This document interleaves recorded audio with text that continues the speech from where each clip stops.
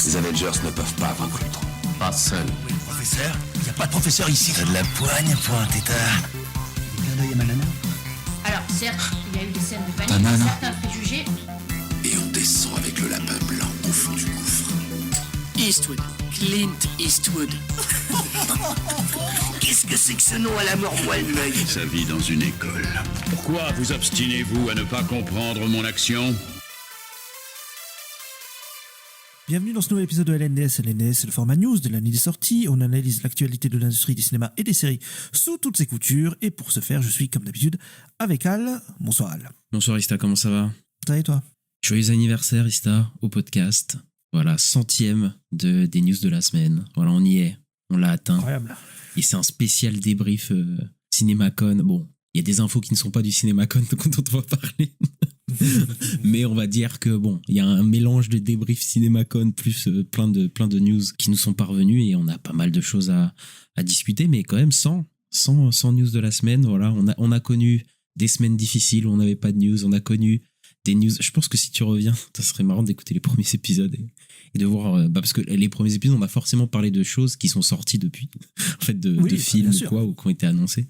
Et je pense qu'on avait des choses à dire, je pense. Mais voilà, on se retrouve à la 100e. Donc voilà, bravo à nous d'avoir tenu aussi longtemps, en vrai. C'est vrai. Bah bravo, bon anniversaire à la nuit des sorties. La nuit des sorties, c'est ça. Et on va démarrer ces news parce qu'on a plein de choses à débriefer. Et on va commencer avec Marvel Studios qui vient de finir son CinemaCon, je veux dire sa Comic-Con maintenant. Et ils ont balancé le trailer d'Avengers Doomsday. Putain, il est incroyable ce trailer ou pas? Ah oui, il est fou, il est complètement fou. Ouais, bah on l'a pas vu. Voilà, on l'a pas vu.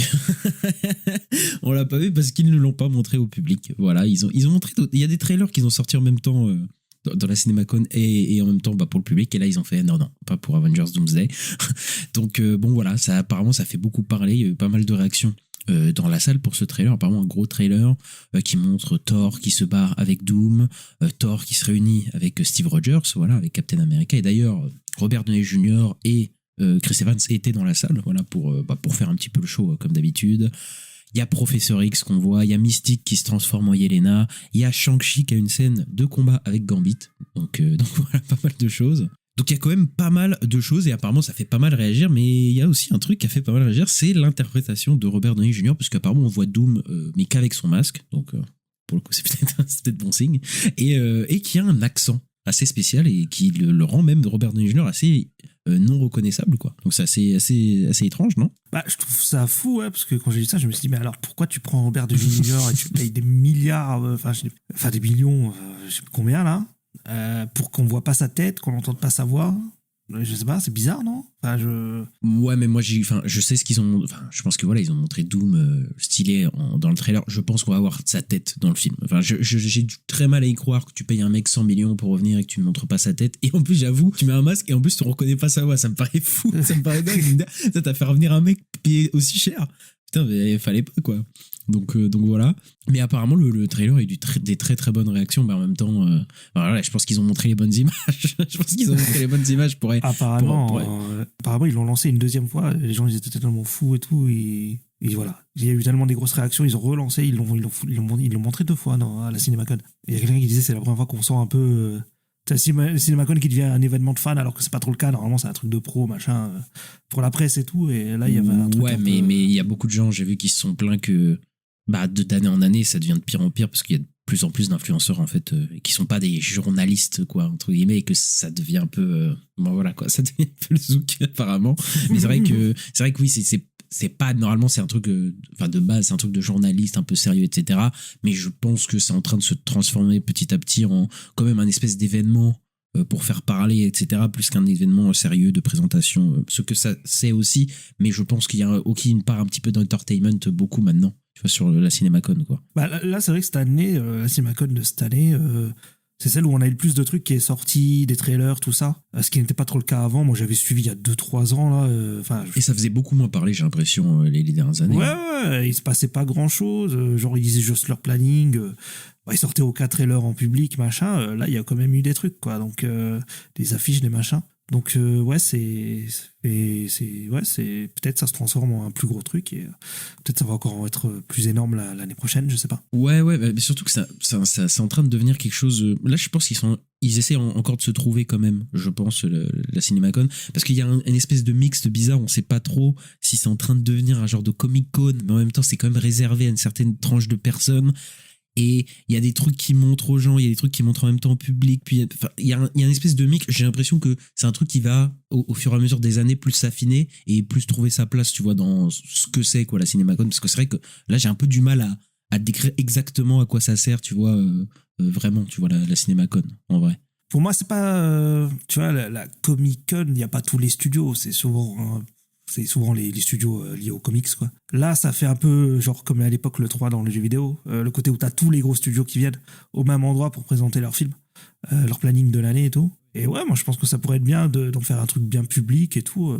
Mais le côté gros, Comic-Con que je voulais dire, c'était plutôt le côté entertainment là qui est en train de se développer en mode telle l'entrée de RDJ, l'entrée qu'il fait là, c'est clairement une entrée qu'il a fait à la Comic-Con. Il y a plusieurs années, sous le public, enfin, entrer dans le public, etc., et faire le show. C'est un truc que tu voyais faire à la CinemaCon. Il me semble pas qu'à la CinemaCon de base, il y avait ces trucs-là, tu vois. Donc j'ai l'impression que c'est en train. Pas il y a 2 ans, mais l'année dernière, il y avait eu les Thunderbolts, il y avait tout le casting des Thunderbolts qui était venu en limousine et tout. Donc il y avait eu quand même déjà ça un peu. Bah ouais, est-ce que c'est pas en train de se devenir un truc aussi un peu de divertissement, tu vois? C'est ça que je suis en train de me dire, d'essayer d'avoir un peu les pieds dans plusieurs trucs, quoi. Ouais, on dirait, hein. Pourquoi pas. Moi, je trouve que ce serait cool d'avoir un E3 du cinéma, quoi. Mais revenons quand même à Avengers, parce que là, on n'est pas là pour parler d'Avengers, Oui. on a fait des reviews. On a eu des infos vis-à-vis du trailer, de personnages qui reviennent et de personnages qui ont été castés, apparemment. Oui, bah notamment Cassie Lang, voilà. Donc, Catherine Newton qui va revenir dans le rôle de Cassie Lang dans Avengers Doomsday. Elle a été vue dans le trailer, et puis là, elle a même sorti une vidéo sur ses réseaux, où elle a l'air de clairement confirmer qu'elle est dedans, où elle sort une petite chaise, comme il y avait eu les chaises de cinéma l'année dernière pour lancer le casting, et pour dire voilà, je suis dans Avengers Doomsday. Qui, ouais, bah ça veut dire que peut-être qu'il y en a d'autres qu'on sait pas qui sont dans le film, mais qui sont dedans, quoi. Moi, c'est ça que je me dis un peu. Bah, il y a toujours aucune trace de Monica Rambeau et de Carol Danvers, je crois que c'est Carol Danvers. Carol Danvers, c'est Miss Marvel, ouais. Les C'est Marvels. ça, voilà. Tous ceux-là, ils sont pas là, alors qu'on sait qu'ils sont liés aux X-Men, aux Avengers. Donc, c'est vrai que c'est assez spécial, quoi, pour le coup. Mais le fait que Cassie Lang soit montrée, je crois que ça confirme encore une fois que les enfants des super-héros vont avoir une importance vraiment dans le film, quoi. Oui, bah justement, il y a un acteur qui a été casté, qui a une personne assez jeune, qui s'appelle Wesley Holloway, et il aurait un rôle significatif dans le film. Et bah, il y en a qui pensent que ce serait le fils de Steve Rogers. Bah, ça m'étonnerait pas. Ça m'étonnerait pas, puisque et tous les enfants ont l'air d'avoir un rôle, et même ça avait fuité, enfin, en tout cas il y avait des rumeurs, etc. Et je pense que ça se confirme, parce que c'est pas du tout, quand tu penses à Avengers, au prochain truc, tu dis pas les enfants des Avengers, là ça va être le truc central. Et là, bon, là, vu comment ils sont mis en avant, qu'il y a des gens qui sont castés, etc., je pense qu'il va y avoir un truc avec Doom et les enfants des super-héros, etc., quoi. Bah surtout que si tu repenses à ce qu'on a eu l'année dernière, t'as la post-crédit de Fantastic Four où c'est Doom qui vient chercher Franklin, donc le fils de Sue et Reid. T'as aussi dans les teasers qu'on a eu là en décembre, t'avais Love, la fille de Thor aussi. Donc il y a un truc autour des enfants des Avengers, quoi. Par contre, vu la description des trailers, etc., je crois pas que Doom il va être en rivalité avec Franklin Richard, avec Monsieur Fantastique, hein. Je crois qu'il va pas du tout être à fond là-dedans, quoi. Je crois que ça va être là ça a l'air d'être vraiment Thor, Doom, Captain, quoi, le truc, quoi, et le trio de base en fait du MCU qui vont faire des interactions, quoi, je pense, hein. Et je pense qu'ils ont clairement misé sur ça, là ça se sent, quoi. Ouais, clairement, il y avait des scoopers qui disaient que l'année dernière ils étaient un peu déçus de voir soi-disant les infos qu'ils avaient, que c'était un retour de Robert Downey Jr. versus Chris Evans, quoi. Bah c'est même ça qu'ils ont fait sur scène, hein. Là les deux sont venus, sont un peu chamaillés pour la rigolade. Je pense qu'on va revoir oui, c'est effectivement cette rivalité là, quoi, entre guillemets. Thor, ouais, je crois qu'il aura un assez gros rôle dans le film, il aura un rôle assez important, parce que je crois que j'ai lu un truc que dans le trailer il vient voir les New Avengers et les Avengers, je crois, et peut-être les 4 Fantastiques. Non, je crois que c'est les New Avengers et les 4 Fantastiques qui vient voir, et il leur dit que Doom il est trop fort ou je sais pas quoi, donc ouais. Ouais, en tout cas ça étonne personne, et on a des infos sur le budget. Alors ce serait des rumeurs, mais voilà, c'est apparemment Avengers Doomsday coûterait aux alentours de 400 millions pour juste la production et que Disney vont dépenser 300 millions sur le marketing, ça ferait 700 millions pour un film et ça ferait du film sûrement le film le plus cher de l'histoire, je pense en tout, clairement. Est-ce que ça t'étonnerait, Ista, si c'était le cas? Non, ça m'étonne pas vu le casting énorme que ça va être et tout. Il me semble que déjà Endgame c'était déjà des gros budgets, Endgame Infinity War. Ça devait être dans les 500 millions, je pense, avec le marketing, un truc comme ça. Peut-être. En tout cas là, je pense que ouais, c'est peut-être au-dessus. Ça va être au-dessus d'Avatar. Ça va être au-dessus des films Avatar, je pense, qui sont des gros budgets, mais va falloir faire plus que le milliard pour être rentable. Est-ce qu'ils vont le faire? Oui, bon là, je pense qu'ils vont faire plus que le milliard, c'est sûr. Après, c'est où est-ce qu'ils vont se placer? Même 2 milliards, il y a moyen. Où est-ce qu'ils vont se placer après? Jusque-là, on n'en sait rien. Mais après, effectivement, moi, ça m'étonne pas le budget parce que, en fait, déjà, juste le budget des Russo et de Robert Downey Jr., c'est insane. Mais en plus, tu ramènes tout le casting là. En plus, là, il y a je sais pas combien de personnes. Tu rajoutes les X-Men et tout. Enfin, ça n'a jamais été aussi gros, quoi. Alors que déjà Endgame et tout, c'était hyper gros. Là, ça n'a jamais été aussi gros. Pour faire tout ça et 300 millions dans le marketing, bah c'est vrai qu'ils font 1 an de marketing techniquement sur le film, ce qui est insane. Et je pense qu'ils veulent pas rater. Là, il faut que ça pète tout pour eux. Et ouais, ça m'étonnerait pas que ça coûtait 700 millions en tout. Mais je pense que de toute façon ça va tout péter. Donc ouais. Ouais, mais le budget est assez énorme. Mais il y a un truc qu'on a appris aussi, c'est alors on savait déjà que Endgame allait ressortir au cinéma avant la sortie de Doomsday, vers je crois que c'est en septembre, oui c'est ça. Et bien on a appris que en fait pour la ressortie d'Avengers Endgame, ça va inclure des scènes coupées et d'autres surprises. Et il y en a même certains qui disent que ils pourraient rajouter quelque chose à la fin du film pour servir de transition entre Avengers Endgame et Avengers Doomsday. Donc voilà, on a les DLC dans les jeux vidéo, on a les DLC maintenant au cinéma. Bah, ils avaient déjà, enfin c'était Sony qui avait déjà ressorti Spider-Man No Way Home avec les scènes coupées, etc. Et bah là, je pense qu'ils vont faire la même chose pour essayer de hyper les gens vis-à-vis du prochain Avengers. Et surtout que, bah là il l'a dit, Kevin Feige, hein, c'est vraiment la suite d'Endgame. Là, il a même pas dit la suite de je sais pas quoi d'Endgame, il a vraiment dit que c'était vraiment le follow-up d'Endgame. Pour le coup, c'est comme si voilà, t'avais vu Endgame, tu pouvais reprendre direct après. Et oui, moi je pense qu'ils vont rajouter une scène post-crédit. Il y a moyen qu'ils rajoutent même un trailer à la fin peut-être de cette ressortie. Enfin, il y a plein de trucs qu'ils peuvent faire. Où se termine Avengers Endgame, se termine sur Captain America qui fait une danse avec Peggy. Est-ce qu'ils vont pas rajouter un truc pour faire que Doom arrive et même mettre une scène même de Avengers du prochain Avengers? Et je pense qu'il y a moyen qu'ils fassent ça. Ouais, bah, je pense comme toi. Endgame n'a pas de scène post-crédit, donc ils peuvent en mettre une. Je pense qu'ils vont en mettre une, clairement. Et là où ouais, moi je vois un truc différent, je pense vraiment que ça va être les trucs qui vont être rajoutés, c'est vraiment pour setup Doomsday, quoi. C'est là où je vois un truc différent de No Way Home, parce que No Way Home c'était des scènes coupées, un peu osef, quoi, ou c'était des trucs humoristiques ou des trucs comme ça. Mais là, moi j'ai l'impression que ça va être important, quoi. Ils vont me faire aller au cinéma. Tu vas retourner le revoir? Bah peut-être. Il y a des chances, oui, il y a des grandes chances. Bah, est-ce que tu vas finir ton run de tout revoir du MCU? Tu vas le finir pile pour... Faut que je continue. Je suis à Winter Soldier. Ouais, bon, après t'as le temps, si ça ressort en septembre, voilà, t'as le temps. C'est vrai, mais j'ai peut-être pas besoin de regarder les phases 4, 5, 6 si c'est la suite de Endgame. Tu vas peut-être être libéré.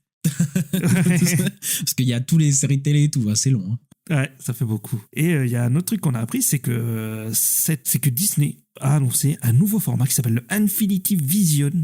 Voilà, et c'est en fait pour contrer le format IMAX, parce qu'ils vont pas avoir les salles IMAX pour Doomsday. Donc ils disent on va faire notre propre truc. Alors après, la question c'est est-ce que c'est de l'arnaque ou pas? Je sais pas. Et il me semble que ça va déjà commencer pour Endgame, pour la ressortir d'Endgame notamment, et ce sera aussi pour Doomsday. Écoute, Ista, je vais te le dire comme je pense.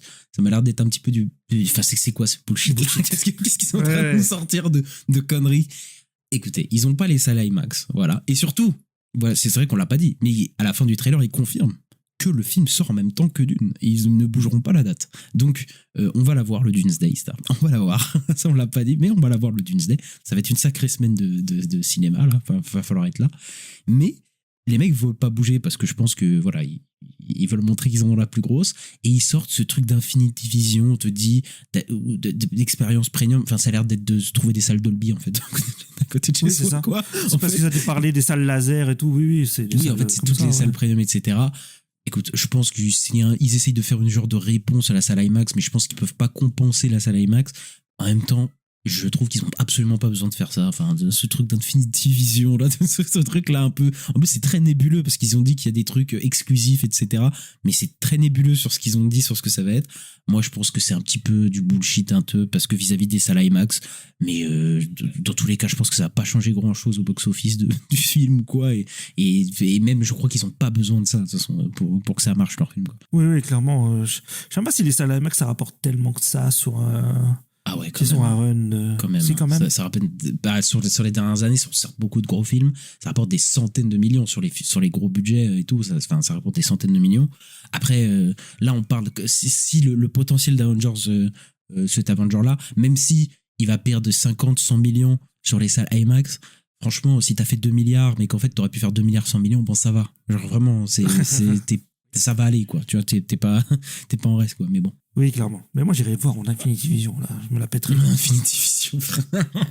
Qu'est-ce que tu racontes ? Non, c'est n'importe quoi. C'est n'importe quoi, pour le coup. Et on va parler de la suite, d'après Doomsday et d'après Secret Wars, puisque apparemment, le film reboot des X-Men et Black Panther 3 seraient les prochains films à sortir en 2028. Voilà, après tous les micmacs des Avengers. Et potentiellement même, il y aura un autre film Deadpool, voilà, qui sera en discussion pour sortir juste après Secret Wars aussi.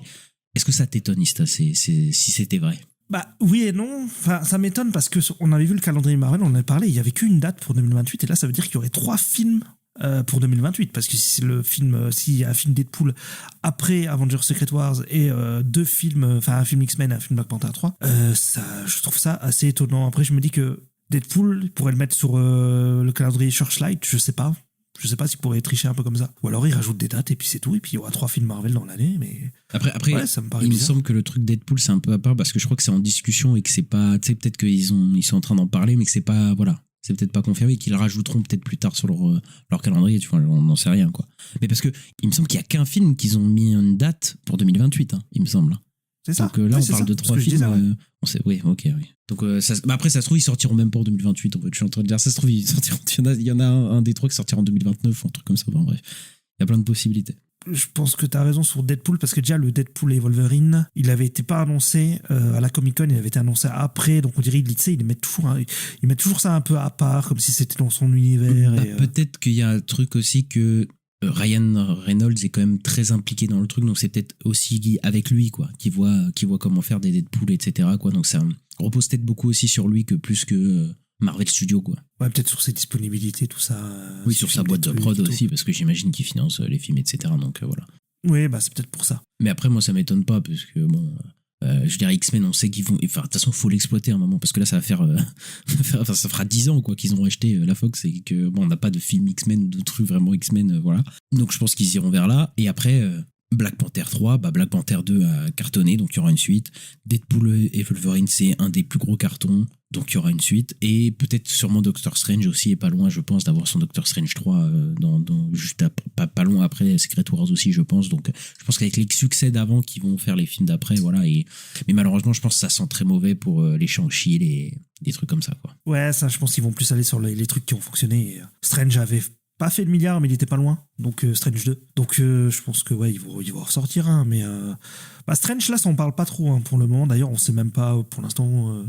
Il a pas l'air d'être dans Doomsday. On verra, mais pour l'instant, il est pas annoncé. On verra dans Secret Wars, mais je pense que Strange ça viendra après X-Men et Black Panther en tout cas. Ouais, clairement. Et pour X-Men, on aurait du casting. Alors ce serait du casting potentiel, mais on a Odessa A'ziou qui pourrait jouer Rogue dans le film X-Men et Peter Claffey donc qui joue dans Night of Seven Kingdoms qui pourrait jouer Beast voilà dans le film X-Men. Ouais, moi c'est un casting qui me va pas mal, que je trouve très sympa, qui pourrait être voilà, ils prennent les acteurs et actrices qui sont en train de monter en ce moment là. C'est pas tellement déconnant parce que j'ai l'impression que Marvel a toujours un peu fait ça, non? Oui, enfin ça dépend parce que des fois ils castaient des stars, tu vois, genre Doctor Strange ou les trucs comme ça, mais là on en a parlé en off, on est dans les X-Men, techniquement si c'est un film de groupe, etc., ils vont pas caster une star par personne parce que sinon ça ferait trop, enfin il y aurait trop de stars, il y aurait trop d'ego, il y aurait trop de budget en fait tout simplement. Donc là tu peux pas te permettre d'avoir 50 milliards de stars, donc vaut mieux effectivement prendre des stars plutôt montantes, etc., comme ils avaient fait avec tu sais, beaucoup de side caractères, genre les Elizabeth Olsen, tu sais, c'est des persos qui étaient, enfin, c'était pas des stars encore, tu vois, c'est des gens qui montaient, etc. Et là, je pense qu'ils vont faire à peu près pareil pour avoir un groupe qui est assez reconnaissable quand même pour beaucoup, mais qu'en même temps, voilà, ça te permet de pas avoir à dépenser des sommes et des sommes. Et écoute, pourquoi pas Peter Claffey, moi j'aime beaucoup. Après, il faut voir dans d'autres rôles que en Dunk, dans Game of Thrones, etc. Et Odessa Asian, après, je l'ai vu que dans Marty Supremo, où il était pas mal, hein, mais voilà, je ne saurais pas trop dire. Mais en tout cas, ouais, je pense que la team des X-Men là, qui sont en train de constituer, toi, tu penses que ça va être quoi? Bah là, j'ai vu que ce qui se dit, ce serait la team originale des X-Men. Donc, la team originale des X-Men, c'est Cyclope, Jean Grey. Bon, t'as Xavier, t'as Angel, t'as Iceman et t'as Beast. Ouais, mais du coup, là, ça parle de Rogue. Ouais, voilà. Bah oui. Mais Rogue, je crois, elle a commencé en tant que méchante, je crois, dans les comics. Donc peut-être ce serait une méchante. Hein. Peut-être, mais moi, ça me paraît très bizarre parce que dans la team que tu cites, il y a que Jean Grey qui est une femme. Enfin, moi, ça me paraît très fou. Il y a genre une femme dans tout le groupe, pour le coup. Donc, et qui passe Storm aussi. Enfin, ça me paraît trop bizarre. Ouais, il n'y a pas trop de diversité. Et il n'y a pas trop de diversité. Et surtout, Storm, Rogue, ils sont plus connus que Iceman. Je suis désolé, tu vois, que certains persos. Donc tu te dis. Bon, même bon, Angel, ils l'ont un peu raté dans les films. Elle n'a jamais été très bien. Oui, après, tu peux mettre aussi. Tu peux mettre Storm aussi dedans. Tu peux c'est vrai. Tu peux en mettre tellement, de toute façon. Mais tu vois, Angel, je pense qu'il est moins populaire que Storm, hein, vraiment. Hein. Même Rogue, oui. Tu vois, ou des trucs comme ça. Donc. Bon, je sais pas exactement sur quel team ils vont partir, mais effectivement, Rogue pourrait peut-être commencer effectivement au vilain et rejoindre l'équipe ou faire un truc comme ça. Mais moi, je les vois vraiment faire un film X-Men tous les 2-3 ans. En tout cas, enfin un film de groupe X-Men genre tous les 3 ans qui réunit un petit peu, qui à chaque fois agrandit le casting des X-Men, quoi. Et qu'ils ont un peu leur propre brand, leur propre Avengers, entre guillemets, entre eux, quoi. Ouais, c'est pas bête. Et après, à un moment, ils arriveront au X-Men versus Avengers, je pense. Surtout qu'ils parlent de faire des films X-Men solo, possiblement. Donc, voilà. Ah, des spin-offs? Ouais, des spin-offs. On dit, c'est bizarre de dire des spin-offs de spin-offs de spin-offs. Oui. Alors que dans un univers comme ça, tu vois, mais des films solo X-Men à l'intérieur du MCU, quoi. Bah, ouais, comme dans les comics, hein. Il y a des comics Storm, il y a des comics Gambit. C'est moi, en tout cas, à la base, moi, je voyais plus une team X-Men 97, mais t'enlèves les persos un peu osef, genre Morph ou Bishop, tu vois, mais tu gardes le gros noyau, quoi.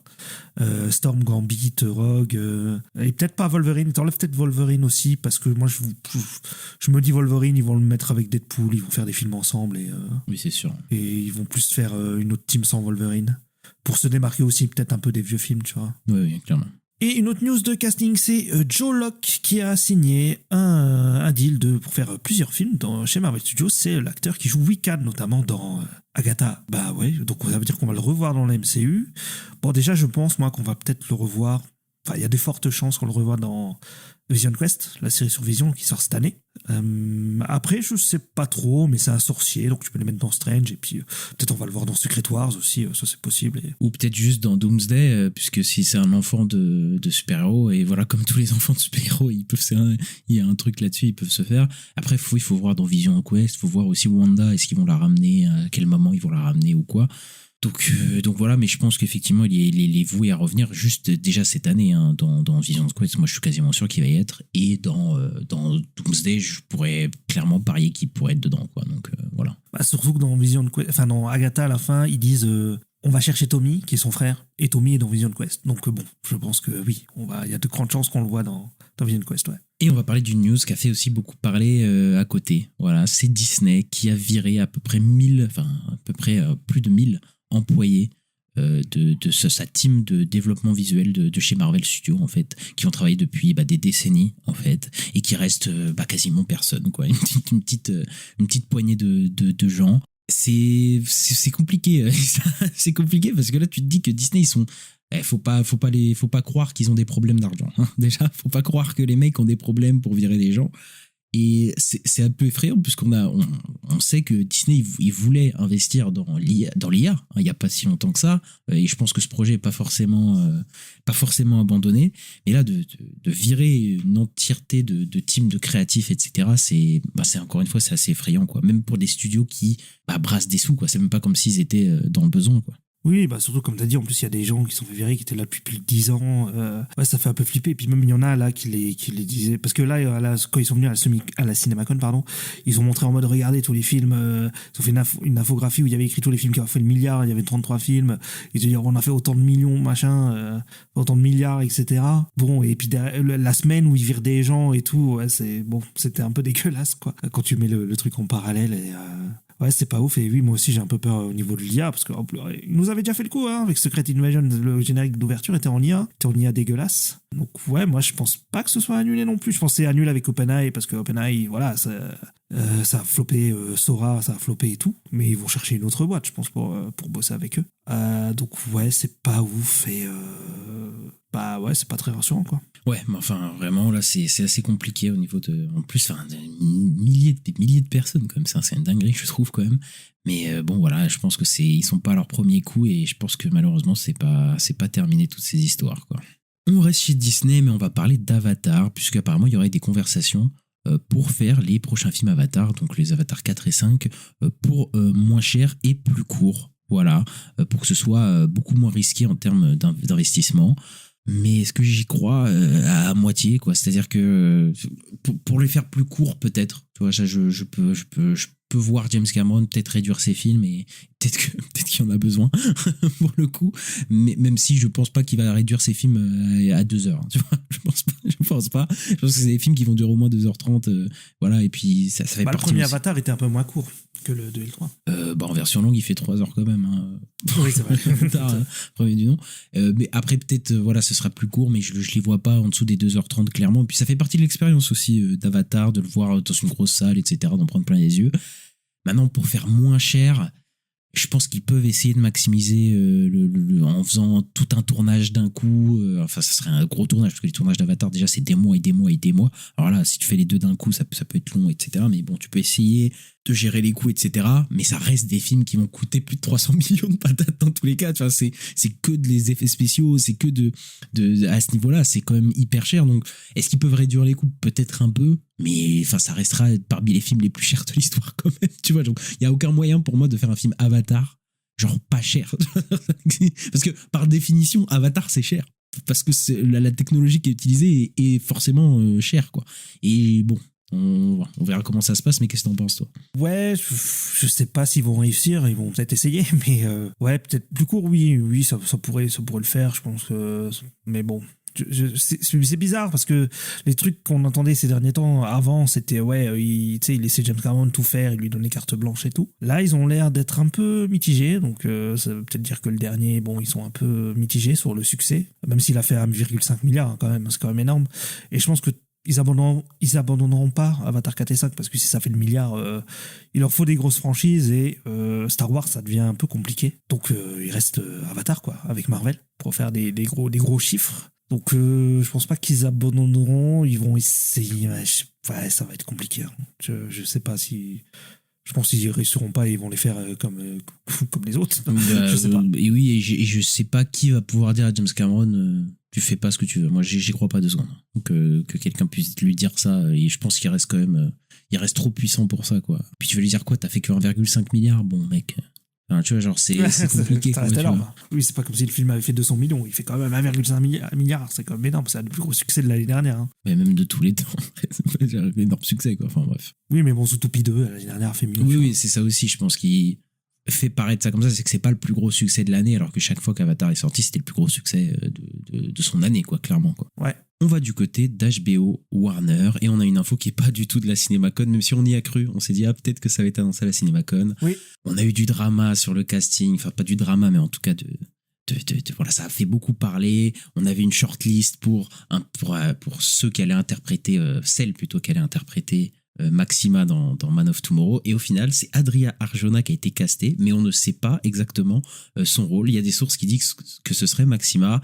D'autres pensent que c'est pas Maxima et que c'est qu'une couverture et qu'elle était castée en tant que Wonder Woman. Voilà, c'est ça. Donc l'idée, Adria Arjona qu'on a vu dans Andor, dans Hitman aussi avec Glenn Powell. Ista, qu'est-ce que t'en penses? Tu penses que c'est Wonder Woman ou tu penses que c'est Maxima? Moi, je pense que c'est Wonder Woman parce que je trouve qu'il cache vachement le rôle.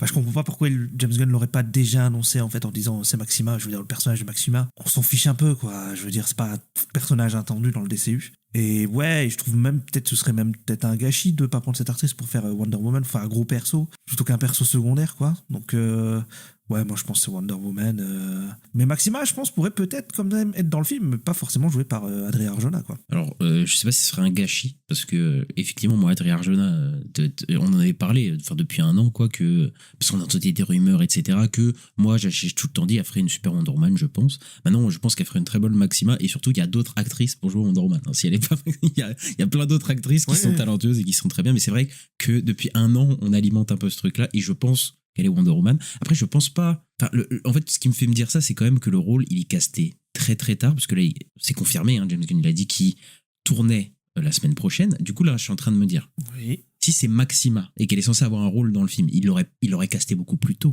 Là, ça semble être un casting pour un personnage peut-être qui n'est pas très présent dans le film, quoi, tu vois. Donc je me dis, si c'est un personnage qui est pas très présent, mais bon, qui font un casting un peu fort, etc. dessus, c'est vrai que ça sonne comme Wonder Woman. Après, j'en sais rien, ça se trouve, c'est pas du tout Wonder Woman, ça va juste être Maxima dans le film et c'est tout. ça va être juste ça. Et après, je pense que ça se trouve, ils vont jamais le révéler, ce truc-là, et donc on va devoir attendre le film pour avoir une confirmation sûre. Donc on va attendre encore un an pour être sûr ou pas, en fait, de toute cette histoire. Mais voilà, elle est castée, et moi je pense que si c'est Maxima ou que si c'est Wonder Woman, ce sera un super casting dans tous les cas, parce qu'Adria Arjona, franchement, elle a de la présence, elle sait bien jouer, et moi je la vois bien en guerrière, en personnage type Wonder Woman, en tout cas ça peut très bien marcher, quoi. Oui, c'est deux personnages de guerre, de toute façon, donc oui, même si elle fait Maxima, je pense que ça sera chouette dans le rôle, y a pas de souci là-dessus. Et ouais, je pense comme toi, il y a moyen que ce soit un rôle, c'est pour ça que James Gunn, il en parle pas, qu'il soit révélé qu'à la sortie du film, parce que peut-être que, tu sais, elle est castée aussi pour un autre film Wonder Woman juste derrière, parce qu'on sait qu'il y a un autre film Wonder Woman qui est en train d'être écrit. Et c'est possible que ce soit juste 2-3 scènes, pas grand-chose, tu vois, mais voilà, et qu'ils vont le garder secret jusqu'à la sortie, ouais, ça m'étonnerait pas, ouais. Bon, je pense qu'on n'a pas fini d'entendre parler, en tout cas, de ce casting-là et du rôle possible qu'il jouera dans Man of Tomorrow. Et le compositeur de Superman revient. Voilà, David Fleming revient pour Man of Tomorrow. C'est James Gunn qui a confirmé. Et je crois que la bande-son, quand même, du Superman, du film de James Gunn, elle a quand même bien fait parler. Et il y a beaucoup de gens qui l'aiment. Je vois beaucoup de réels, tu sais, de vidéos avec la musique. Donc voilà, je pense qu'il revient forcément parce que son travail a plutôt plu. Alors que tu vois, le directeur de la photo, il n'est pas forcément revenu, etc. Donc bon, voilà. Mais là, par contre, lui qui revienne, ça me semble un peu logique. Et bon, je pense que tout le monde est content. Et quand même. Ouais, c'est vrai que le directeur de la photo, ça avait été un peu critiqué, la photo sur le Superman de James Gunn. J'avais vu ça divisait, en tout cas, j'ai l'impression. Mais ouais, David Fleming, ça a plutôt convaincu. Et ouais, il y avait des trucs de Demon Slayer et tout, avec la musique de Superman et tout, qui rentre super bien. Et ouais, ça m'étonne pas qu'ils le reprennent. Et je crois qu'il avait fait la musique des Gardiens 3 aussi, il me semble. Je suis plus sûr, mais... Oui, mais en tout cas, c'est un collaborateur de James Gunn, quoi. Oui, voilà, clairement. Comme souvent, il prend des gens avec qui il aime bien travailler, il continue à travailler avec eux quand ça se passe bien, quoi. Donc, ouais, pas vraiment étonnant de le voir revenir, mais ça va être cool. Et il a fait la musique de Last of Us, de la série. Bon, après, la série reprend énormément du jeu, en fait, tout simplement. Après, c'est aussi Last of Us, c'est sur HBO, donc c'est chez Warner, donc... Oui. Un mec qui bosse beaucoup avec Warner, quoi. Oui, c'est possible. Et on a un autre casting dans le DCU, c'est Sydney Chandler. En fait, elle a été castée en Nosferatu et en fait, elle va apparaître dans la saison 2 de Créature Commando. Il me semble qu'on la voit à la toute fin de la saison 1. Voilà, on voit une vampire dans la prison et bon, c'est Nosferatu et Sydney Chandler va prêter sa voix et peut-être qu'après on la verra dans un film en live action, ça c'est possible aussi. Hein. Ouais, c'est possible. Après, c'est marrant parce que Sydney Chandler était apparemment dans une possible shortlist pour jouer Maxima aussi. Hein. Je crois que c'était Deadline ou je sais pas qui, mais en tout cas, il y avait 4 actrices qui étaient dedans, dont Adria Arjona et dont Sydney Chandler qui était dans la course pour jouer Maxima ou jouer Wonder Woman, on sait pas trop. Voilà. Et au final, elle a été repêchée là-dedans. Et écoute, pourquoi pas, on verra. De toute façon, la Créature Commando, je pense que ça va sortir fin d'année, puisque là, en plus, casting et tout, donc ça enregistre les voix. Je pense que ça va sortir fin d'année ou début d'année prochaine, peut-être. Mais je pense que oui, on n'est pas trop loin d'avoir la saison 2 de Créature Commando, je le sens. Ouais, Ouais, bah, la saison 1 était sortie en fin d'année il y a 2 ans. Donc, ce serait pas déconnant d'avoir une saison 2 en fin d'année, là, vers décembre, quoi, vers Noël. Ça m'étonnerait pas, ouais, effectivement. Une autre annonce à la CinemaCon qui a fait beaucoup parler, c'est le casting de Lord of the Rings, de Hunt for Gollum, voilà, où ils misent pas mal dessus. Et donc, ils ont annoncé que Elijah Wood revenait en Frodon. Ils ont annoncé que Lee Pace revenait en Thranduil, voilà, le père de Legolas. Donc, il y a des acteurs qui reviennent. Mais ce qui est le plus intéressant, c'est l'acteur qui jouera Strider, donc Aragorn, voilà. C'est Jamie Dornan, voilà, qui était dans les 50 nuances de Grey, etc. On pensait que c'était Léo Woodall, il y avait des rumeurs qui disaient que c'était Léo Woodall, mais non, Léo Woodall n'est pas casté en tant qu'Aragorn, c'est Jamie Dornan, et j'ai vu pas mal de gens contents de ça. Après moi, Jamie Dornan, bon, c'est peut-être un bon acteur, mais je l'ai pas vu dans des bons films, donc je pourrais pas dire. Oui, bah, je connais pas trop non plus, mais par contre, Léo Woodall, il est quand même dans le film. Oui. C'est ça qui est étonnant en fait. Mais il joue Alvard, voilà. Et Kate Winslet, on savait pas son rôle. Elle joue Marigold. Et moi, je t'avoue que je connais pas du tout ce perso. Je sais pas à quoi m'attendre en fait. Pareil, de toute façon, je sais pas si ça va être très intéressant. Je t'avoue, je continue à rester très perplexe vis-à-vis de ce projet, pour le coup. Après, ils ont l'air de miser gros, hein, quand même, décembre de l'année prochaine. Donc voilà, c'est censé être leur gros film, un des gros films de l'année prochaine, parce que Warner a pas mal de gros films l'année prochaine. Mais ouais, je sens pas, tu vois, à chaque fois, là, il y a des infos, des trucs. Et moi, Jamie Dornan, bon, je sais qu'il y a des gens qui l'aiment bien, c'est peut-être un bon acteur, mais bon courage, hein. Bon courage pour passer après Viggo. Moi, j'y crois pas 2 secondes, quoi. Après, c'est quand tu mets la photo à côté de l'autre, tu dis ah ouais, il y a un truc qui ressemble un peu et tout, il peut ressembler un peu à ça, c'est un brin beau quoi. Oui, un peu ça, mais moi je pense pas qu'il aura le charisme et la palette de Viggo. Enfin, après, moi j'ai un attachement avec Viggo qui est énorme, hein, mais bon voilà, Jamie Dornan, j'ai jamais entendu quelqu'un me dire ouais, Jamie Dornan là, c'est incroyable, tu vois. Donc bon, on verra, hein, mais bon, ça me hype pas plus pour le coup. Écoute, à voir, hein. Je connais pas non plus trop de Jamie Dornan, mais on verra. Et grosse annonce qui est une confirmation de pas mal de rumeurs qu'on avait eues. Voilà, de l'univers Game of Thrones, on va avoir un film, et c'est la conquête d'Aegon, voilà, Aegon le Conquérant. Voilà, qui va être porté à l'écran au cinéma. Il y avait des rumeurs qui disaient, enfin je pense, mais c'est même pas des rumeurs, je pense que c'était vrai, qui exploraient soit une série, soit un film, voilà, d'essayer de développer ça. Et finalement, bon voilà, ils ont décidé de le sortir au cinéma. Donc on va avoir la conquête d'Aegon au cinéma, on va avoir du Game of Thrones au cinéma. Et je pense que c'est une bonne idée en vrai. Je pense que c'est une bonne idée, parce que je pense que ça va coûter extrêmement cher cette histoire.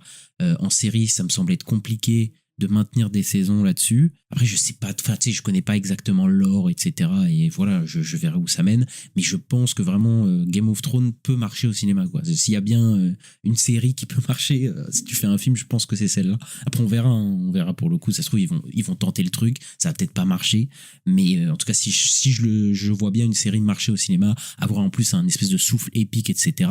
En plus, ça peut ramener l'heroic fantasy aussi au cinéma avec, il y a, à part le Seigneur des Anneaux, c'est vrai que ça galère un peu. Donc bon, écoute, pourquoi pas, hein. Ouais, bah carrément, on en a déjà un peu parlé, mais aussi le fait que ce soit pas une suite de saisons d'une série, par exemple, comme fait Mandalorian ou truc comme ça, peut aussi jouer pour lui, je pense, parce que voilà, ça va être des nouveaux personnages qu'on connaît pas dans l'univers de Game of Thrones, et on fait un gros film là-dessus, donc ouais, je pense que ça peut prendre, parce que voilà, l'univers de Game of Thrones, il est populaire et tout. Par contre, moi, j'ai vu des gens un peu en parler, ils étaient en mode, ouais, mais je sais pas ce qu'ils vont raconter dans le film, parce qu'en fait, c'est que un mec qui détruit tous les villages, Oui. et voilà, quoi, et qui fait une conquête, mais Il a pas trop de concurrence, quoi, sur la conquête. voilà, c'est ça. Donc je sais pas, il faut peut-être créer des personnages, il faut peut-être créer des nouveaux personnages. Après, ils peuvent créer des enjeux avec les personnages. Enfin, je sais pas comment ils vont Ouais, faire ça. Il va je falloir sais se pas comment dépatouiller. faire. Mais après, moi, ça me paraît pas un pari impossible non plus, tu vois, de voir un mec. Après, je connais pas sa personnalité, tu vois, Aegon et tout, mais ça peut être. Je sais pas si ça va être un tyran complet ou pas, tu vois, ou s'il va être un peu plus nuancé ou quoi. Enfin, bref, je pense qu'il y a quelque chose à faire quand même. Ouais, bah ça va être du Targaryen Aura Farming. Ouais, peut-être, ouais. Mais je pense il peut y avoir des scènes dantesques avec techniquement un dragon hyper énorme, donc ça peut être pas mal, quoi. Déjà, dans House of Dragon, il y a des super scènes avec Ouais. les dragons. Ils peuvent faire des trucs assez fous au cinéma, je pense. Hein, vraiment, ça peut être Ouais, chouette. complètement. Et toujours chez Warner, Zach Cregger, il va faire un nouveau film après Resident Evil. Ça, c'est un film de science-fiction, ça s'appelle The Flood, et ça sortira le 11 août 2028. Donc ça veut dire, dans le dernier épisode, on avait parlé du préquel de Weapons qui s'appelait Gladys, qui va sortir aussi en 2028, et je te disais, je suis pas sûr qu'il va le réaliser. Effectivement, il va pas réaliser Gladys, il va le coécrire et il va réaliser ce film de science-fiction.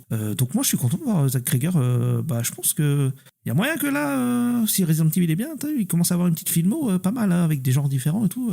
Ça peut être très chouette. Ouais, bah, en tout cas, moi, je serais content s'il le réalise pas, hein, vraiment, le Gladys, parce que bon, c'est bon, quoi. Il a fait le truc. Après, bon, il va prendre son petit chèque. Oui, il peut prendre son petit chèque pour, pour le spin-off, ça me dérange pas. Et moi, c'est pas un projet qui m'intéresse. Mais maintenant, un projet de science-fiction par Zack Cregger, ouais, c'est vrai que là, il commence à. Il va aller dans autre chose. Après, ça se trouve, ça sera science-fiction horreur. Il va rester quand même dans l'horreur, on sait pas, hein, il peut. Mais c'est vrai qu'il commence à avoir une très belle filmo. Et du coup, bah là, il s'engage vraiment avec Warner, parce qu'il y aura 2 films avec Warner, pour le coup. Donc ouais, moi je suis très très curieux de voir la suite de sa carrière. Pourquoi pas un film Warner d'une certaine franchise dirigé par James Gunn, ça peut être pas mal aussi, ça pourrait être bien, je pense. mais voilà quoi. Et d'ailleurs, bon, on n'a pas vu le panel CinemaCon, mais on sait qu'ils ont présenté pas mal de trucs. Ils ont montré des images, même des scènes même complètes de Supergirl. Ils ont montré, là par contre je suis en vieux, mais des scènes, enfin un trailer je crois de Clayface. Je sais pas si c'est des scènes ou trailer, mais en tout cas ils ont montré des choses de Clayface. Ah, c'est un trailer je crois. Ok, bon, c'est peut-être un trailer. Nous on l'a pas eu. Voilà, donc on a le seum. Voilà pour le coup. Mais j'ai vu un mec qui était là-bas et il a dit vraiment pour lui, là le truc lui qui l'a plus marqué de toute la CinemaCon pour l'instant, enfin des panels qu'il a vus, c'est Clayface. Bah, en tout cas, les descriptions qui étaient faites et tout, ça donnait vraiment envie. Et apparemment, ils sont vraiment allés full horreur rated, hein, et que ça va être vraiment flippant. Donc là, je suis vraiment curieux de voir ça. Et Warner Bros. A révélé ses plans pour les années suivantes, pour les sorties cinéma. Et que cette année, ils ont 14 films qui vont sortir. L'année prochaine, en 2027, ils ont 18 films. Et donc, ils compteraient augmenter leur rythme en fait de sortie au cinéma. Et ça vient aussi du fait, je pense, que Paramount avait dit qu'il voudrait une 30aine de films sur les 2 studios, c'est ça, il me semble. En tout cas, si Warner Bros s'y tient, bah ils auront clairement le côté Warner Bros aura clairement rempli le contrat. Et ça vient aussi avec une nouvelle annonce que Warner Bros a ouvert une nouvelle division qui s'appelle Warner Bros Clockwork, voilà, qui a été dévoilée ici. Et dont le premier film là qui s'appelle Te Amo va être réalisé par Sean Baker, voilà, qui a eu l'Oscar pour Anora, etc. Et apparemment cette division ce serait pour les films qui sont plus bas budget mais qui vont avoir une campagne marketing beaucoup plus innovante, etc. Et bah je pense qu'il y a moyen que beaucoup de studios, je crois que quasiment tous les studios ont un truc comme ça en vrai, hein, maintenant, et en tout cas ça se démocratise de plus en plus, et je vois bien Warner Bros en tout cas distribuer, au moins peut-être produire mais aussi distribuer, parce que je pense que cette division ça va être aussi beaucoup de distribution, d'aller chercher des films comme un peu à la Néon à 24 quoi, d'aller chercher des films et les distribuer sous l'emblème Warner, et pour des films à moindre coût et avec une compare marketing qui marche plutôt bien, et pouvoir avoir pas mal de profits en fait. Et je pense que ça peut marcher, surtout que si on retrouve à peu près, parce qu'à 24 ils sont à peu près dans ces trucs là, on retrouve à peu près les moyens budgets qui ont un peu disparu d'Hollywood, et il y a moyen que ça revienne par ces biais là aussi, hein, ces moyens budgets de 40-50 millions hors films d'horreur évidemment, parce qu'il y a des films d'horreur chaque année qui sortent avec ces budgets là, mais ça pourrait être vraiment pas mal. Mais en tout cas je pense que oui, effectivement Warner ils vont sortir pas mal de films, je pense, les prochaines années quoi. Ouais, effectivement, comme tu as dit, c'est peut-être le retour des moyens budgets, parce que oui, il y a plus que généralement, t'as soit un énorme budget pour un film, soit un petit budget à 10 millions, et après ils sont hyper rentables et tout. Mais c'est vrai que les films à moyen budget, à 50 millions de dollars, etc., ont un peu disparu. Il y en avait beaucoup à l'époque, mais t'as l'impression que dans les années 2010, ça a un peu disparu, et là c'est peut-être un peu un retour pour ces choses-là, parce que comme tu as dit, il y aura quand même un gros budget marketing, donc ils auront quand même un budget pas dégueu, je pense, les films. Donc après tu vois, genre Disney, je pense qu'ils font ça avec 20th Century Studios, tu vois, ils ont pas besoin de créer une nouvelle branche, mais c'est vrai que chez Warner... mais tu vois, 20th Century Studios, c'est des films chers quand même. Tu vois, c'est même plus des... Tu vois, ils font pas de petits budgets avec 20th Century Studios, c'est souvent des films assez chers, quoi, c'est des biopics. Genre Ella Mackey et tout, c'est pas très cher, c'est... Oh, ça j'en sais rien, mais tu vois, le biopic Bruce Springsteen, tout ça, là, c'est des films chers. Même, tu vois, les Predators, évidemment, les trucs comme ça, c'est comme des films assez chers quand même. Tu vois, et puis... Il me semble pas que Disney font beaucoup dans la distribution non plus. Après, peut-être je me trompe, mais il me semble pas qu'ils vont chercher comme Néon ou A24 des films vraiment bas budget pour faire une campagne marketing et, tu sais, après les sortir, etc. Ils sortent quand même beaucoup de films de leur studio à eux, quoi, tu vois. Oui, c'est vrai. Oui, c'est vrai qu'il y a un peu ce truc-là. Mais là, c'est cool, en tout cas, une nouvelle branche.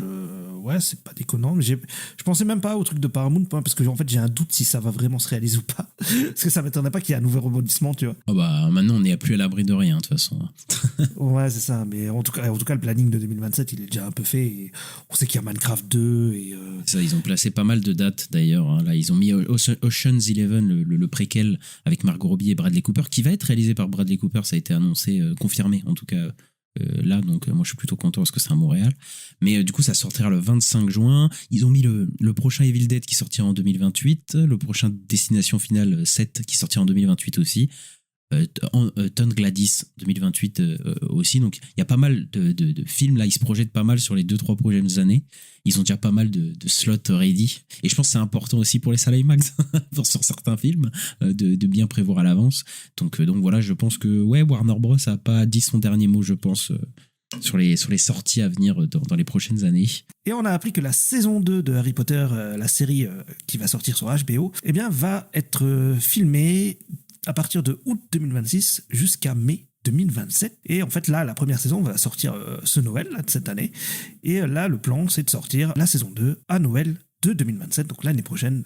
Voilà, donc La Chambre des Secrets, hein, donc l'adaptation du 2e bouquin. Donc ouais, je pense que l'idée, c'est de sortir une saison Harry Potter par Noël, en fait. Hein. Je sais pas ce que t'en penses. Oui, je pense qu'ils essaient d'aller le plus vite possible. Malheureusement, je pense que ça va être impossible. Au bout d'un moment, ils vont se heurter à un mur, pour le coup, parce que là, c'est quand même, on parle de 10 mois de tournage. Hein. C'est insane, hein, quand même, hein, pour le coup, pour une série. Et je pense qu'ils vont essayer de les faire le plus vite possible. Et je pense qu'ils vont finir sur le rythme des films. C'est-à-dire que les films sont pas sortis chaque année, évidemment. Voilà. Donc, je pense que ça va finir comme ça.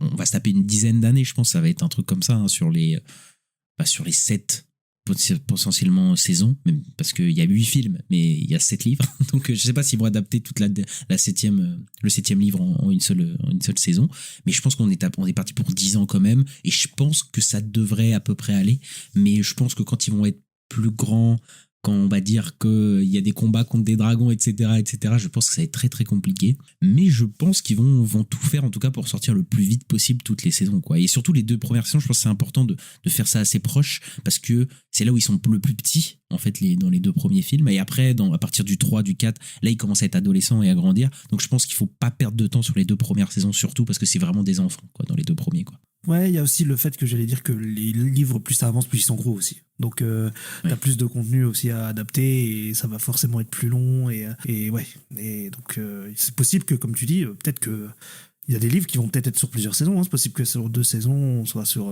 un livre, vers la fin, tu vois, vers les derniers bouquins qui sont assez gros. Parce que je suis pas sûr que le dernier soit le plus gros. J'ai un doute. Mais je me demande si c'est pas celui d'avant.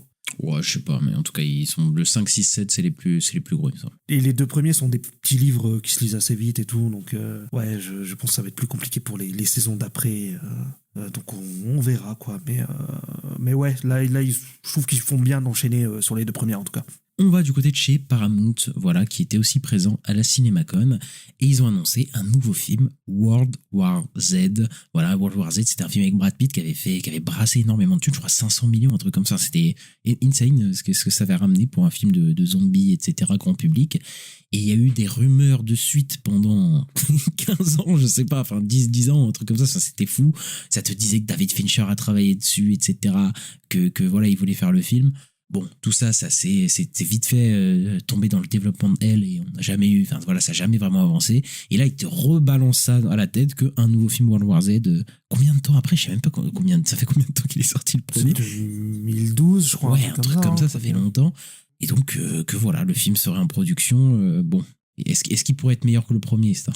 Bah j'espère, parce que moi j'avais pas trop aimé le premier, je t'avoue, donc bon, pas spécialement envie d'avoir un 2, mais oui, je me rappelle que le 2 c'était prévu depuis le succès du 1, en fait, hein, et effectivement David Fincher il était même pas pressenti, il était dessus, hein, un moment, mais je sais pas, ouais, ça s'est mal passé, ou je sais pas, mais là, ouais, je sais pas qui va être dessus, parce que quand ça disait David Fincher, j'étais en mode, peut-être un peu intéressé, parce qu'en plus David Fincher, Brad Pitt, on connaît le duo, ça marche bien, quoi, hein, ils ont fait deux super films ensemble, donc ouais, à l'époque là j'étais un petit peu chaud pour une suite. Bon là on me dit juste un nouveau World War Z sort, bon je m'en fiche un peu parce que comme j'ai dit le premier m'a pas trop convaincu, quoi. Ouais, bah moi non plus, mais après le concept est intéressant. Après les zombies là, avec les 28 ans ça a pas tellement marché, donc je sais pas, est-ce que ça peut relancer vraiment la mode du zombie, alors que la mode du zombie, je sais pas si elle est vraiment présente. Après on verra Resident Evil cette année si ça fonctionne bien pour le coup, mais ouais, ça peut être risqué. Après le premier a cartonné, donc si tu fais revenir le film Brad Pitt, peut-être faire revenir Brad Pitt,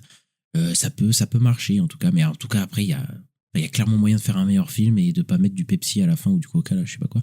Enfin, je me souviens plus trop du film et j'ai pas trop envie de le revoir, mais bon, écoute, on verra ce que ça donne, quoi. T'as un point, Marc, t'as un point que t'as dit qui est intéressant, c'est qu'il y aura peut-être pas forcément Brad Pitt dedans. Moi, dans ma tête, c'est forcément il y a Brad Pitt, c'est une suite et tout, mais c'est peut-être pas le cas. Peut-être ça va être Glenn Powell ou je sais pas qui. Mais Glenn Powell, le mec est dans toutes les nouvelles licences. Ouais. Un nouveau trailer pour Street Fighter, un vrai trailer hein, sur le coup, parce que bon, c'était plutôt un teaser, la première vidéo qu'on avait eu au Games Awards l'année dernière, et des posters pour le film. Le film, ça va sortir le 16 octobre. Ouais, bah, c'est toujours ultra débilos. Je sais pas trop ce que ça va donner. Mais voilà. toi, t'as envie de le voir, toi. Ah bah, j'ai un peu envie de le voir, oui. ça, mais en fait, vrai. En tant que quelqu'un qui ne joue pas à Street Fighter et à Mortal Kombat, quand je vois les gens excités par ces deux projets et j'ai l'impression de voir un chat avec les lasers parce que là, je me dis mais qu'est-ce que c'est que ce truc où les mecs se tabassent et tout, les gens sont contents de le voir le Hadouken à la fin, etc. Tu vois, je suis en mode putain, vous vous amusez de fou, quoi, alors que moi qui ai pas enfin j'ai les rêves vite fait évidemment de certains persos, etc., mais j'ai pas joué. C'est vrai que de l'extérieur, je me dis mais c'est complètement débile, c'est complètement con et tout, mais c'est peut-être ce qui plaît aussi. Et après, il faut voir les chorégraphies ont l'air pas trop mal, en vrai, pour le film. Mais après, j'avoue que l'histoire du film, etc., ça a l'air complètement con. Donc, bon, je sais pas. Je sais pas du tout ce que ça va donner. C'est comme Mortal Kombat et ces trucs-là, en fait. Tu regardes les trucs, je me dis, mais qu'est-ce que c'est, quoi. Mais en fait, ça peut être très, très fun, décomplexé, comme ça peut être nul à chier, comme beaucoup des adaptations de jeux vidéo qu'on a eu, malheureusement. Donc, voilà, mais de toute façon, on sera sûrement là pour en parler, ça. Ouais, bah, Mortal Kombat, c'est dans pas longtemps, et Street Fighter, voilà, et effectivement, fin d'année, on en parlera. Après, je te rassure, dans l'intérieur, ça apparaît aussi tout aussi débile, hein. Voilà, parce que même quand t'as joué au jeu, je veux dire, bon, après, le nanar assumé comme ça, des fois, c'est pas si fou.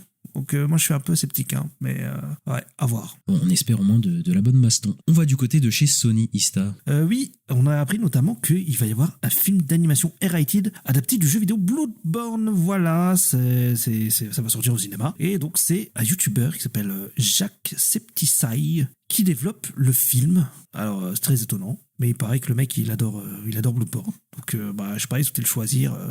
Voilà, je sais pas ce que t'en penses. Bah, déjà, Sony, l'année prochaine, sortent le film Elden Ring. Voilà, Elden Ring, c'est le même studio, il me semble, qu'a fait... dans les jeux vidéo, c'est ceux qu'on fait Elden Ring. Non, c'est A24. Non, je veux dire, le jeu vidéo, c'est le même studio de jeux vidéo qui a fait Bloodborne, qui a fait Elden Ring et qui a fait les Dark Souls, donc c'est From Software, etc.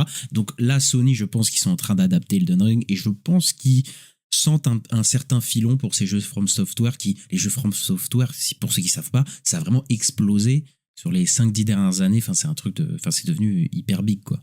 T'as dit Sony adapte Elden Ring. Non, Sony n'adapte pas Elden Ring.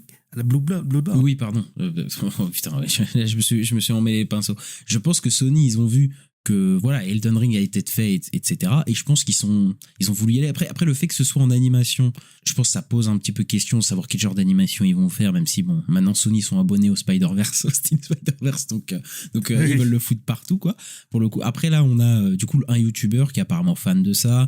Bon, moi, le fait de prendre des youtubeurs parce qu'ils développent le film et je pense qu'il est peut-être impliqué dans le scénar. Je pense pas qu'il va être réalisateur ou voilà. Hein, je pense qu'il est vraiment producteur, ou en tout cas, il va essayer de chapeauter un peu le projet, mais il va pas être artistiquement. Je pense pas que ça va être le maître d'œuvre de tout ça non plus. Faut pas déconner. Mais c'est vrai que d'aller chercher des youtubeurs pour faire des films, enfin moi j'ai toujours eu, enfin voilà, j'ai un petit problème avec ça. Après, si il a un rôle limité de consultant ou je sais pas quoi, parce qu'apparemment c'est un gros fan, etc., pourquoi pas. Maintenant, bon, je suis pas fan de l'idée des youtubeurs qui font du ciné, tu vois.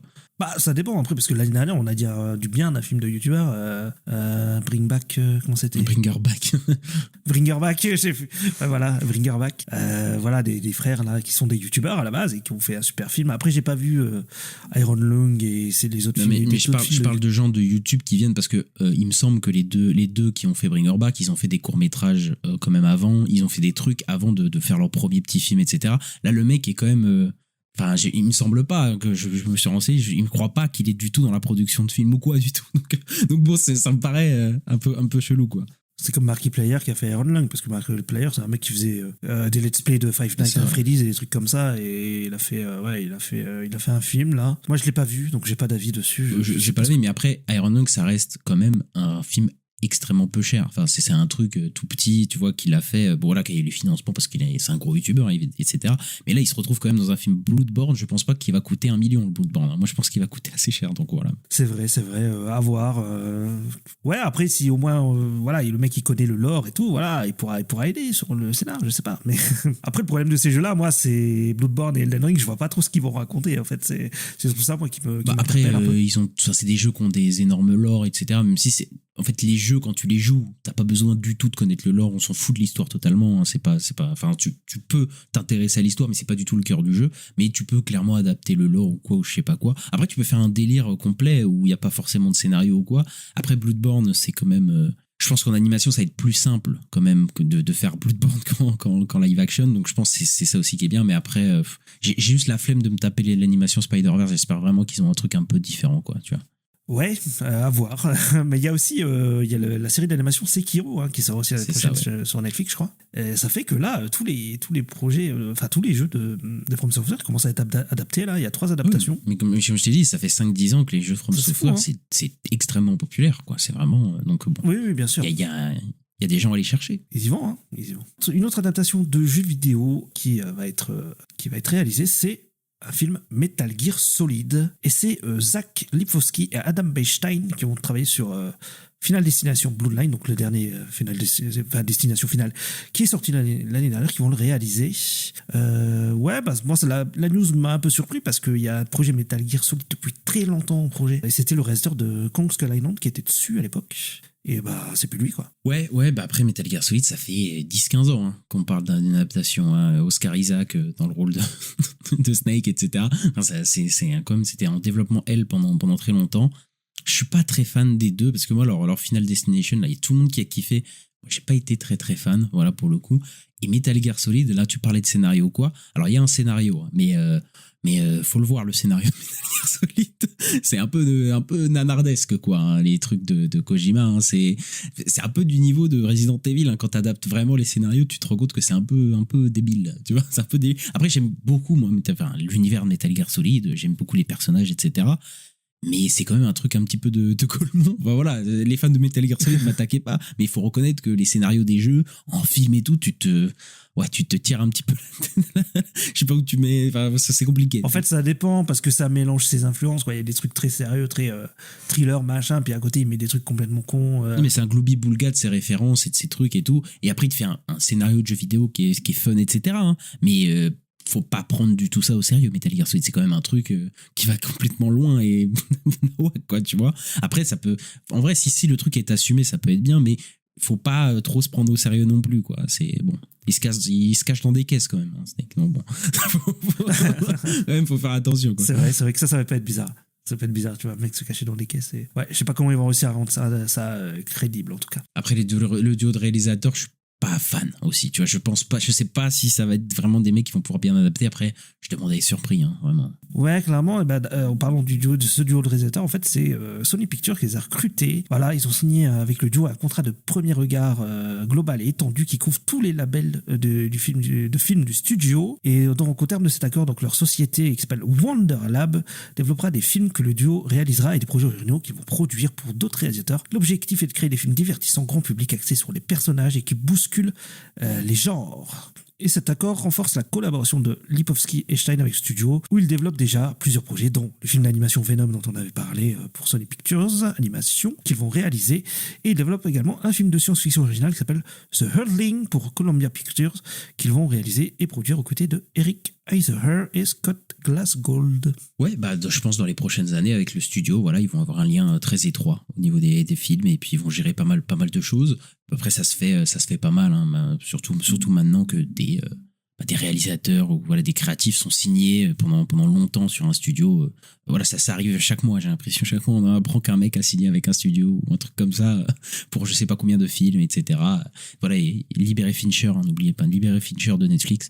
Faut le libérer. Je pense aussi à... Mais en plus, je crois que c'est son dernier film qu'il est censé faire, un Fincher. Hein. J'ai de la merde, mais... Ah oui, c'est possible. Il faut le libérer, là. Mais moi, je pensais à Avengers Doomsday, qui tu sais, ils ont leur... sur les prochains Avengers, il y a la boîte de prod des Russo. C'était pas le cas sur ceux d'avant, il me semble. Oui, je pense qu'ils ont accepté de revenir avec certaines conditions. Hein, et je pense que c'est pour ça aussi qu'ils touchent un aussi gros cachet, d'ailleurs. Hein, je pense que c'est parce qu'il y a leur studio aussi dessus. Mais voilà, en tout cas ça se fait de plus en plus. Je sais pas si c'est des réalisateurs qui sont très talentueux, mais bon, j'imagine qu'on verra dans les prochaines années si ça se passe bien et on verra leur Venom et leurs trucs, etc. Ça peut être, on jugera à ce moment-là. Venom peut être cool. Ouais, Venom, je suis assez curieux. Avec l'animation de Spider-Verse, on a hâte. Et on va du côté des plateformes, on a une petite info, c'est Netflix qui discuterait de la possibilité de mettre plus de films au cinéma. Et oui, c'est Ted Sarandos, monsieur je n'aime pas les cinémas, etc., qui a rencontré pas mal de chaînes de cinéma, voilà, pour discuter de possibilités de Netflix au cinéma, etc. Est-ce qu'ils sont pas en train de se rendre compte que oui, tu perds de l'argent quand tu mets pas ton film au cinéma et tu le mets direct sur les plateformes, et je pense qu'ils voient il y a beaucoup de gens qui disent que les cinémas sont un peu morts, et c'est malheureusement, il y a un peu de vrai là-dedans, hein. C'est très compliqué là en ce moment pour beaucoup de cinémas, pour les petits cinémas notamment, plus que les gros cinémas, les grosses chaînes, eux ça va en général, alors pour le coup. Mais je pense qu'il y a aussi, pour les gros studios, en termes financiers, de quoi exploiter les cinémas et de manière profitable pour eux. Et je pense que c'est aussi pour ça que Netflix se rapproche des studios de cinéma aussi. Enfin, des studios, non, pas des studios, mais des cinémas, des chaînes de ciné pour sortir leurs films, quoi. Et moi, j'aimerais bien avoir les films Netflix au cinéma, parce qu'il y a certains films, il y a des films, je m'en passerais bien, mais il y a certains films quand même de Netflix, quand tu vois c'est certains réals, etc., tu dis putain, j'aimerais voir ça au ciné, quoi, ça fait chier. Et je pense qu'ils ont dû être poussés par les Del Toro, par quand même Greta Gerwig, etc., qui ont commencé à se plaindre, et voilà, quoi. Oui, j'allais dire, il y avait aussi, comment il s'appelle, merde, Wake Up Dead Man. Oui, Ryan Johnson. Voilà, il y avait Ryan Johnson aussi qui avait râlé avec Daniel Craig, qui voulait des sorties ciné et tout. Ils ont eu des sorties ciné, mais limitées, donc pas vrai. En France, c'est pas du tout sorti, quoi. C'est voilà. Après, je pense qu'ils ont commencé à comprendre peut-être que les plein mal de réal en fait refusaient de travailler avec eux justement parce qu'ils ont pas de sortie au cinéma. Et je pense que là, ça commence à de plus en plus. Ça commence à pester, quoi. Ouais, de plus en plus. Et puis le fait aussi, je pense, il y a peut-être qu'ils commencent à dire, tu sais, le fait qu'ils arrêtent pas d'augmenter les prix. Peut-être qu'il va y avoir une baisse d'abonnés, enfin on verra, mais c'est possible. Et qu'il faut qu'ils préparent ça aussi pour se rattraper autre part, quoi. Et je pense que le rachat de Warner, c'était peut-être pour ça, hein. C'était peut-être pour pouvoir sortir des films au cinéma, et c'est pour ça qu'ils voulaient le racheter, c'est possible. Donc au final, ce serait bien, quoi, sur le coup. Après, Netflix ces derniers temps, leurs films, à part Frankenstein qui est un film sympa, j'en ai pas vu beaucoup des biens. Mais... Oui, mais de toute façon, il y a aussi, là on parle de Netflix, mais il y a énormément peu de gros réals qui sont maintenant sur Netflix. Enfin, là, ils ont tous quitté la plateforme. Il y a encore des gens qui sont sous contrat, hein. Je pense que Del Toro, il est obligé de travailler avec eux. Ryan Johnson, là, je pense je sais pas s'il va rester longtemps travailler avec eux. Greta Gerwig, je pense qu'elle a signé pour un film et je pense qu'elle se casse. Et Fincher, libérez-le. Libérez Fincher. Après, Fincher, il a dit qu'il était content, lui. Oui. Ouais, sors d'ici, s'il te plaît, Fincher, tu vois. Mais tu vois, par exemple, Scorsese, tu vois, il travaille avec Apple, etc., mais il travaille plus avec Netflix du tout, quoi. Donc, bon, tu vois, C'est vrai qu'il avait fait Irishman chez Netflix. Et après, il a fait Full Apple. Là, Fincher, il sort... Full Apple, ouais. Et Fincher, il sort comme Once Upon, la suite de Once Upon. Mais lui, il a signé un contrat direct de je sais pas combien de films, donc voilà, il est obligé de l'honorer dans tous les cas. Il s'est embarqué là-dedans, le pauvre. Mais bon. Oui, mais ce film-là, on aurait peut-être bien aimé le voir au cinéma. Ah sans déconner. Sans déconner, franchement. Voilà. Bon, on verra ça, hein, mais bon. Bon, allez, on passe à la critique Box Office, Ista. The Drama avec Zendaya et Robert Pattinson a cumulé 65 millions dans le monde et il devrait finir entre 110 et 150 millions au final avec un budget de 28 millions. Donc oui, c'est un succès en fait, et c'est un succès qui est pas mal puisque c'est un projet original à petit budget. Voilà, pas si petit que ça, mais quand même pas un gros budget, donc voilà, 28 millions, et qui va être rentable, et voilà, c'est un beau succès pour Zendaya et Robert Pattinson qui confirment petit à petit quand même leur star power. Donc voilà. Puis je conseille de voir le film parce qu'il est quand même un peu intéressant. Ok, d'accord. Moi, je l'ai pas vu. Mais ouais, c'est gros succès pour un 24.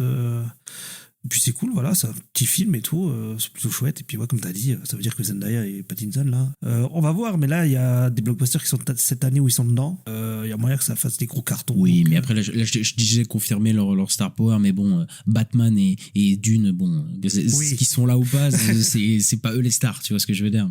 Ouais, bien sûr. Non, mais je suis d'accord. Mais quand même, ouais, sur le coup, là, c'est vraiment eux, c'est un petit film et tout, et ça fait quand même, ça fait ça.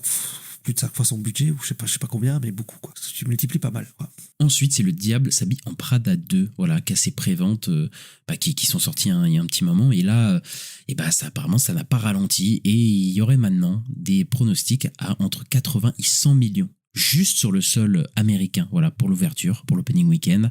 C'est énorme pour le film. Et ouais, voilà, ça confirme quand même comme un des films les plus attendus de ces prochains mois, quoi. Ouais, clairement. En plus, je pense que les cinémas le savent, parce que moi, mon cinéma, il faisait déjà la promo il y a 6 mois de ce film-là. Donc en mode, c'est ultra attendu. J'ai l'impression que c'est ultra attendu chez pas mal de gens. Alors que c'est pas Marvel ou un truc comme ça, mais le premier film est assez culte, il me semble. Donc ouais, écoute, ça veut dire que leur stratégie de suite, elle fonctionne, hein. Après, je connais pas le budget, mais apparemment, c'est quand même un gros budget. Je m'étais renseigné quand même juste avant l'épisode, mais apparemment, c'est pas mal. Donc, ça pourrait être entre 80 et 100 millions quand même le budget, donc c'est quand même pas mal. Mais je pense que le succès va être tel dans le monde que de toute façon, ça va être un succès direct, hein, je pense. Ouais, je pense aussi. Et Mortal Kombat a eu un excellent démarrage dans les préventes. Il est maintenant prévu d'avoir un opening week-end domestique entre 40 et 50 millions de dollars. Ce serait potentiellement 2 fois plus que le film de 2021 qui avait ouvert avec 23 millions de dollars. Donc ouais, comme quoi Mortal Kombat 2, ça va peut-être fonctionner en fait, hein. Peut-être pas. Après, 40-50, c'est pas mal, hein, pour le coup, pour Mortal Kombat, qui a apparemment un budget de 80 millions, donc ça serait plutôt un bon démarrage pour le coup. Après, le premier, il est sorti dans un contexte qui était très très compliqué. S'il a des bons retours comme ce que laisse penser Warner, etc., je pense que oui, il peut aller chercher une rentabilité, il peut aller chercher les 200 millions. Faut voir, mais en tout cas, les pré-sales sont vraiment pas mal et je crois que Warner croit vraiment au film. Et ouais, on verra ça, on verra si ça se passe bien. On verra, puis c'est dans pas longtemps. Donc, moi, j'ai un peu hâte de le voir parce que je suis un peu curieux de voir ce qu'ils ont fait. Et The Mandalorian et Grogu, le nouveau film Star Wars, aurait un démarrage entre 70 millions de dollars et 85 millions de dollars durant son opening weekend sur le sol américain. C'est pas fou, c'est à peu près comme Solo. Je crois que Solo a commencé à 84 millions de dollars, j'avais regardé. Après, le truc, c'est que Solo était beaucoup plus cher au niveau du budget et que ce qui se dit sur Mandalorian et Grogu, c'est qu'il aurait un budget, je crois, à peu près à 150 millions, quelque chose comme ça. Donc ça pourrait peut-être quand même être rentable sur son run final. Mais c'est pas fou pour du Star Wars, quoi. Ouais, après, il faut prendre ces infos avec des pincettes parce que les préventes sont même pas sorties, hein, pour Mandalorian et Grogu. Donc c'est vraiment des projections de projections. Donc voilà, faudra voir. Et puis les retours vont beaucoup compter aussi, je pense, hein, si le film est bien ou pas. Après, je pense que ça va pas être un carton. Voilà, je sais pas s'il va se rembourser, je sais pas, voilà, mais je pense pas que le film va défoncer le box-office comme certains Star Wars. Je pense que bon, il peut aller chercher sa rentabilité, il peut être un petit succès, mais je pense pas que le film va voilà, être un film marquant de l'année en termes de box-office, etc., quoi. Et voilà, on a fini les news de la semaine et on espère que vous avez aimé cet épisode. N'hésitez pas à mettre le petit pouce en l'air et 5 étoiles sur la plateforme dans laquelle vous nous écoutez. Ça nous aide beaucoup en fait pour le référencement et c'est très important. Et merci de nous suivre, hein. Sans news, voilà, ça se fait. Ça se fait comme ça. Voilà, n'hésitez pas à nous suivre. On est disponible partout sur toutes les plateformes d'écoute, Acast, Apple Podcasts, Deezer, sur les réseaux sociaux @la nuit des sorties, sur X, Twitter, Blue Sky, Instagram, TikTok, YouTube. Et Ista, on se retrouve très bientôt pour parler de Good Luck à Fun Don't Die, je crois. Je crois que c'est comme ça, c'est long à dire comme titre. Ouais. Mais on se retrouve très bientôt. À bientôt. Ciao.